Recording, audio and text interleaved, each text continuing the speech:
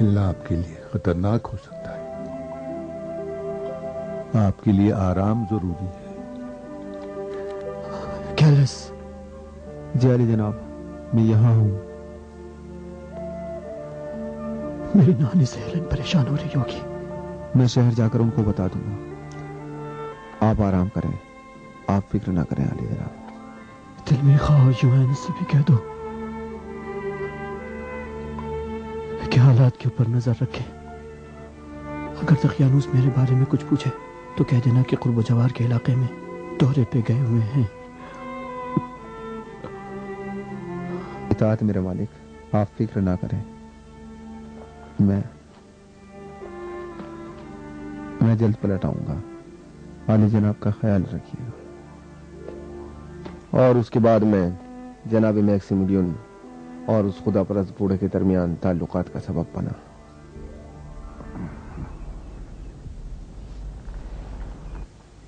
اس زخم کی اچھی طرح پٹی ہوئی ہے. معاف کیجیے، میں اس سے زیادہ علی جناب کی مدد نہیں کر سکا. بہت اچھا ہے. کہاں سے سیکھا ہے؟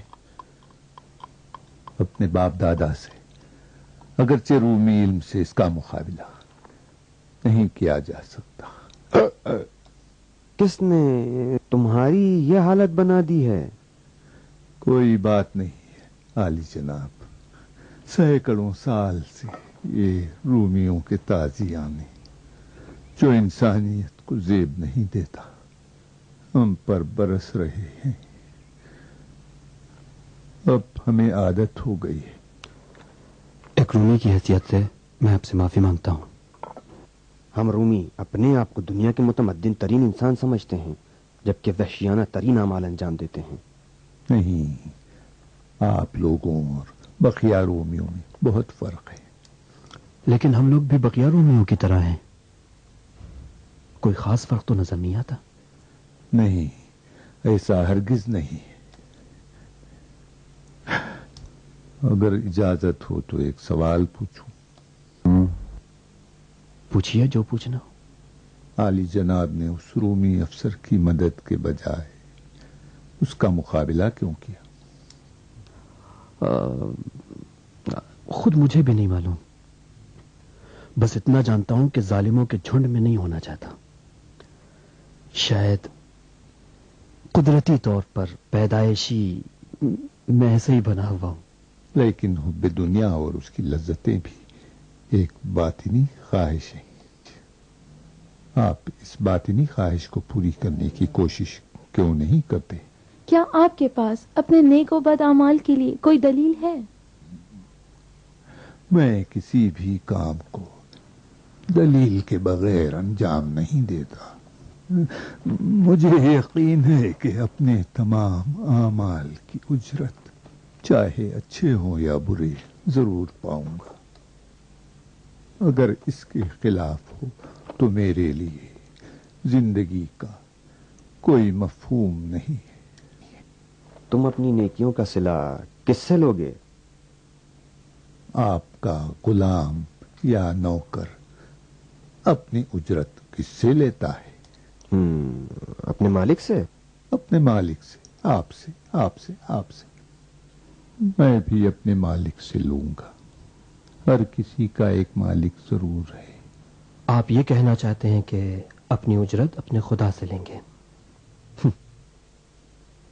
میرے خیال میں بھی نیکیوں کے لیے اس سے بہتر جذبہ نہیں ہو سکتا. لیکن میں اتنا ناسمجھ نہیں ہوں کہ اپنے اعمال کی اجرت ان خداؤں سے مانگوں جن کو ہم نے اپنے ہاتھوں سے بنایا ہے. مجھے معلوم ہے کہ کوئی خدا ہے، مجھے یقین ہے، لیکن وہ کیسا ہے نہیں معلوم.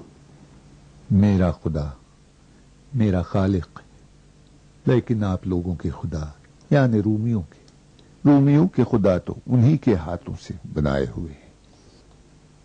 نہیں، میں تمہارے خدا پر بھی یقین نہیں کر سکتا، کیونکہ اگر تم یہودی ہو تو اپنے قوم کے خاص خدا کی پرستش کرتے ہو، اور تمہاری توریت میں نے پڑھا ہے کہ تم لوگ اپنے پیغمبروں سے برے برے اعمال منسوب کرتے ہو. میں کیسے اس خدا کو مان لوں جو آسمان سے زمین پر آتا ہے، اکھاڑے میں اترتا ہے، اپنے پیغمبر سے کشتی لڑتا ہے اور اس میں ہار بھی جاتا ہے؟ ہاں، اگر تم مسیحی ہو تب بھی تمہارے خدا پر یقین نہیں کر سکتا، کیونکہ تمہارا خدا رومی خداؤں کی طرح اولاد رکھتا ہے اور محدود ہے. یہ تمہاری انجیل میں لکھا ہوا ہے. جس خدا کا آپ نے ذکر کیا ہے وہ مسیحی مذہب کے تبلیغ کرنے والوں اور ان کے پیروکاروں کا بنایا ہوا خدا ہے، نہ حضرت مسیح. انہوں نے رومیوں کو مسیحی بنانے کے لیے مسیح کے آسمانی دین کو رومیوں کے زمینی دین سے مشابہت دی ہے. بوڑھے نے جناب میکسیمیلین کے لیے ایک پرانی انجیل کی بات کی، لیکن اس وقت میں ان سب باتوں کو سمجھ نہیں سکا. اس کی باتوں سے اندازہ ہو رہا تھا کہ اس کے پاس کہنے کے لیے بہت کچھ ہے. میں اپنے عقیدے کو آپ پر واضح کر دوں. میں ایک موحد ہوں اور خدا واحد کی پرستش کرتا ہوں. میرے پیغمبر حضرت مسیح ہے، نہ کوئی اور. تو کیا پیغمبر مسیح کا خدا دوسرے مسیحیوں کے خدا سے مختلف ہے؟ خدا مسیح تمام پیغمبروں کا خدا ہے اور اس آخری پیغمبر کا خدا ہے جو بعد میں آئے گا. اس کے سوا اب جو کچھ ہے وہ ہمارے ذہن کی پیداوار ہے. یہ تم اپنی طرف سے کہہ رہے ہو یا اس کو ثابت کرنے کے لیے دلیل بھی ہے؟ دلیلیں بہت سی ہیں، لیکن بہترین دلیل وہ تحریر ہے جس کو جان سے بھی زیادہ عزیز رکھتا ہوں. کیا ہم اسے دیکھ سکتے ہیں؟ ہاں، کیوں نہیں.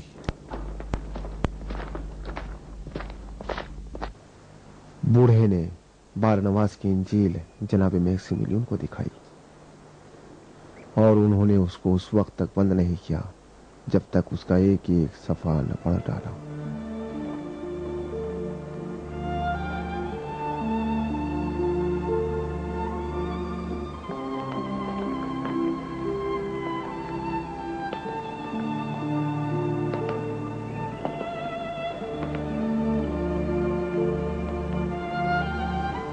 جناب میکسیمیلین بوڑھے کے گھر سے اس وقت نکلے جب انجیل کی ایک نقل اپنے ہاتھ سے لکھ کر تیار کر لی.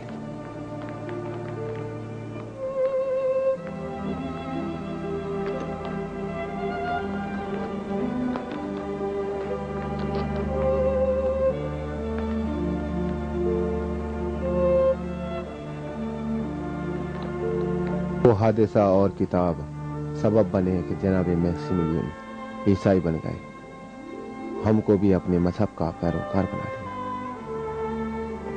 گیلس سچ مچ کے جناب میکسیمیلین خدا کے مقرب بندوں میں سے ہیں. ایک مرتبہ مجھ سے کہہ رہے تھے کہ جو کچھ حضرت عیسیٰ نے فرمایا ہے اور آج ان کے ماننے والے کہتے ہیں اس میں فرق اتنا ہے جتنا یہ اونچے تناور درخت میں اور زمین کے یہ پودوں میں ہے.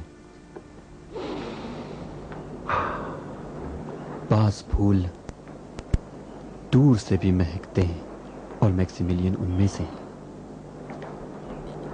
ہمیں امید ہے کہ رومیوں سے ہمارا رابطہ اٹوٹ ہو. عالی جناب، اجازت دیجیے کہ یہودی قوم کے تحائف پیش کریں. ہاں،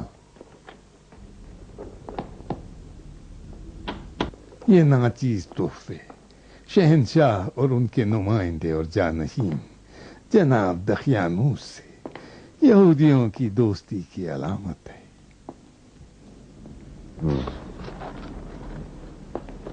ہم بھی آپ کے قابل قدر تحائف کو دوستی کی علامت سمجھتے ہیں.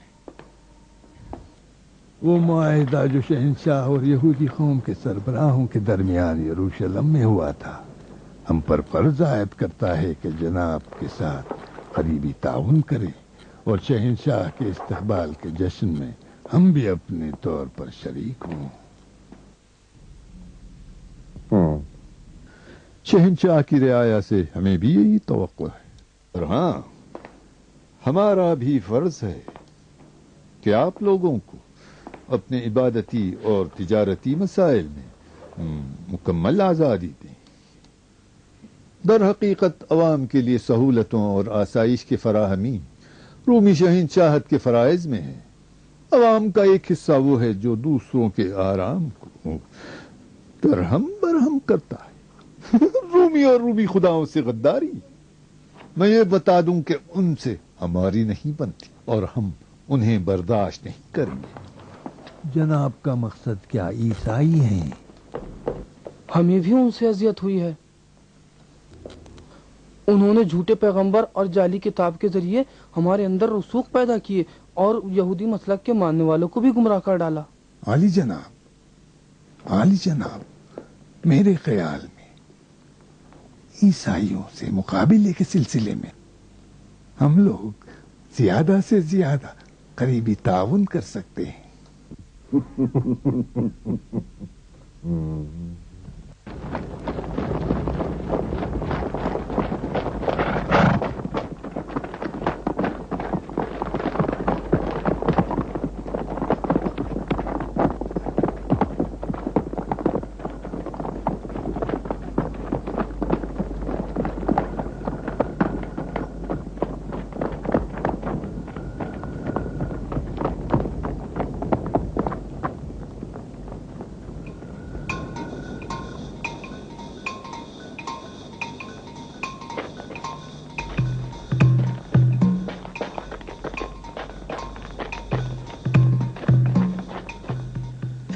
سپاہی،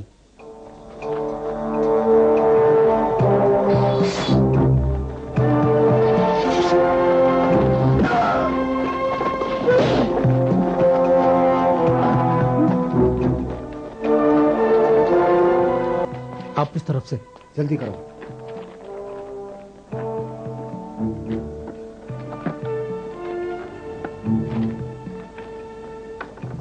نیچے لاؤ، اور نیچے، اور نیچے، آرام سے، آرام سے نیچے لاؤ۔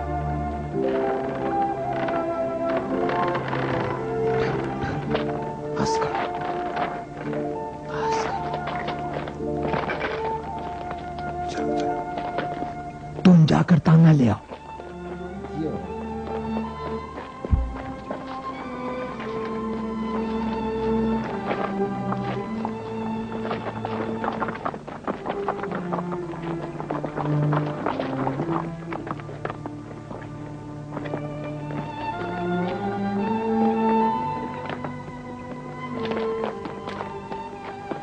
لو یہ چادر ڈال دو اس پر تاکہ لاش کا پتہ نہ چلے۔ مگر اس لاش کو کہاں لے کر جائیں گے؟ قبرستان میں تو معلوم ہو جائے گا کہ تازہ دفنایا گیا ہے، ممکن ہے اس پر ظلم و ستم اور بڑھ جائے۔ بہترین جگہ اس کے باپ سینٹس کا مکان ہے۔ نہیں، پہلی جگہ جہاں تلاش کریں گے وہی ہے۔ بہتر ہے اسے جنگل میں لے جائیں، ہر جگہ سے زیادہ محفوظ ہے۔ چلو رکھو، آرام سے، چلو جلدی کریں، جلدی چلو، جلدی چلو، چلے۔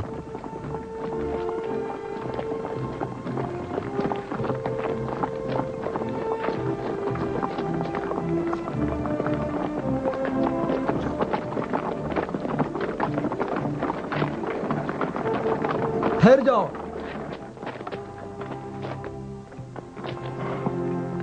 معاف کیجیے گا علی جناب، راستہ صاف کرو۔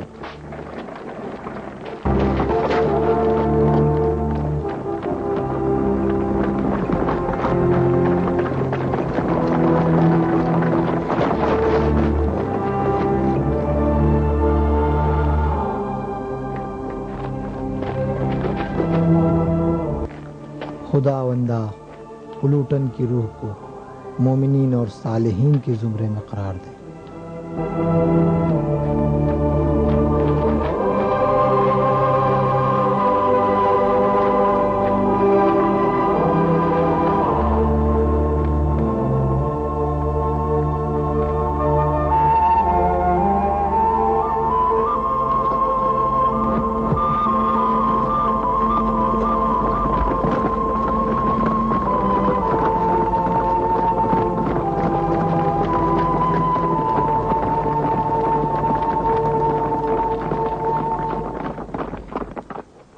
رسوائی کی بات ہے نااہلو، رسوائی ہے.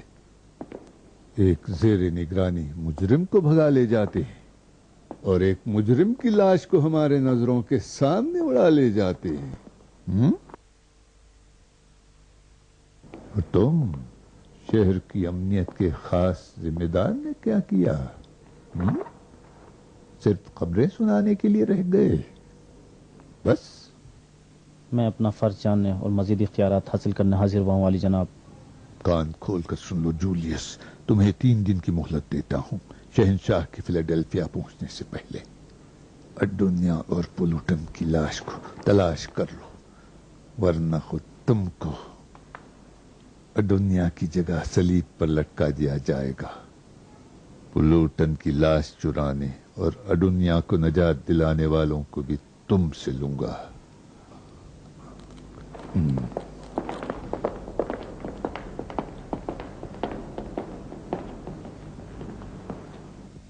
تو ادونیا فرار ہو گیا کہ پہلے دن ادونیا کی کوزہ گری ہی ہماری توجہ کا مرکز بنی تھی. خوش آمدید، خوش آمدید عالی جناب.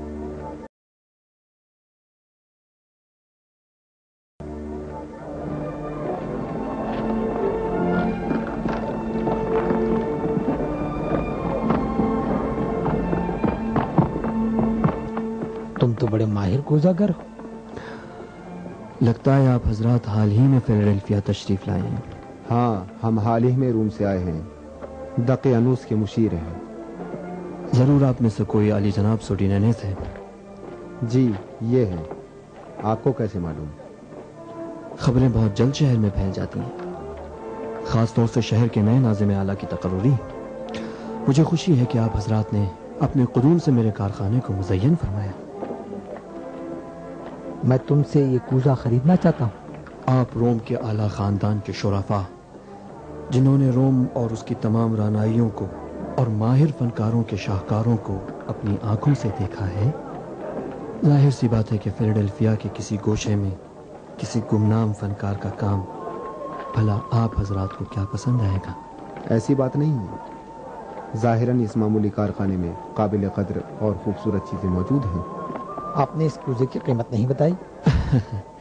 اگرچہ آپ کے شایع نشان نہیں ہیں، لیکن مجھے خوشی ہوگی اگر آپ اسے تحفے کے طور پر قبول کر لیں. ایک ایسے قیمتی تحفے کا قبول نہ کرنا جو آپ جیسے ماہر فنکار سے ملا ہے ادب سے دور ہے. مجھے قبول ہے. کیا آپ میرے لیے جوپیٹر یا اپولون کا مجسمہ بنا سکتے ہیں؟ میں ایک کوزہ گر ہوں، مجسمہ بنانا میری بس کی بات نہیں. شاید آپ نہیں چاہتے. اب اگر آپ حضرات کا حکم ہو تو پھر اطاعت کے سوا کوئی چارہ بھی نہیں. ایک خوبصورت مجسمہ بنا، کل صبح میں اسے لینے آؤں گا.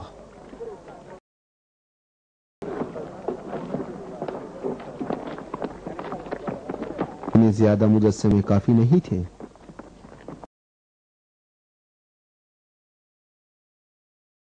میں ہمیشہ ان رنگ برنگے مجسموں سے دور رہا ہوں اور آپ یہاں بھی مجھے مجسمے کا حکم دے رہے.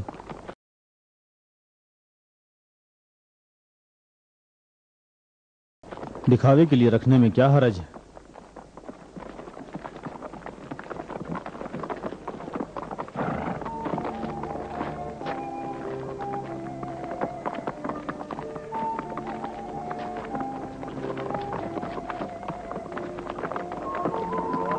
دوسرے روز جب ہم مجسمہ لینے گئے تو عجیب اتفاق ہوا.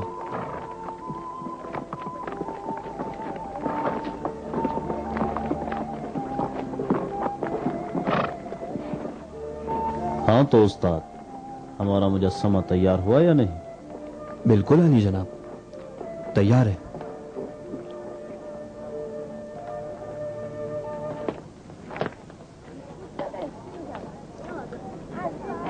امید آپ کو پسند آئے گا.